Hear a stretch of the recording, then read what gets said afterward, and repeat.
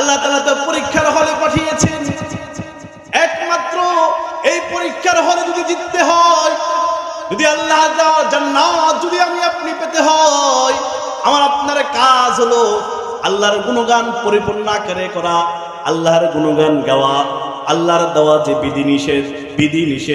বিধি বিধানগুলোকে পরিপূর্ণ আকারে গ্রহণ করা।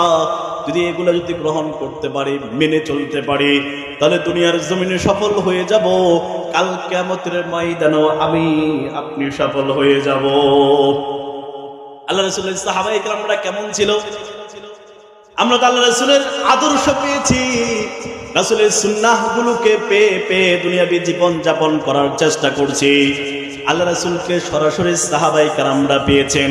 কেমন আশিক সাহাবায়ে কেরামরা ছিল, তাদের জিন্দেগি যদি আমরা পড়ি, রিসার্চ করি, গবেষণা করি, রাসূলের সাহাবায়ে কেরামদের জীবনগুলো শুনলে, দেখলে, জীবনগুলো পড়লে আমরা দেখতে পাই রাসূলের সমস্ত সাহাবারা রাসূলকে নিজের জীবনের চাইতে বেশি ভালোবেসেছেন। জোরে বলেন ঠিক না? যুদ্ধের ময়দান থেকে আওয়াজ আসছে, আল্লাহ রাসূল সেই জিহাদের ময়দানে শহীদ হয়ে গেছে। এমন এক সাহাবী দুনিয়ার জমিনে ছিল, যে সাহাবী এত বেশি আল্লাহ রাসূলকে ভালোবাসতেন।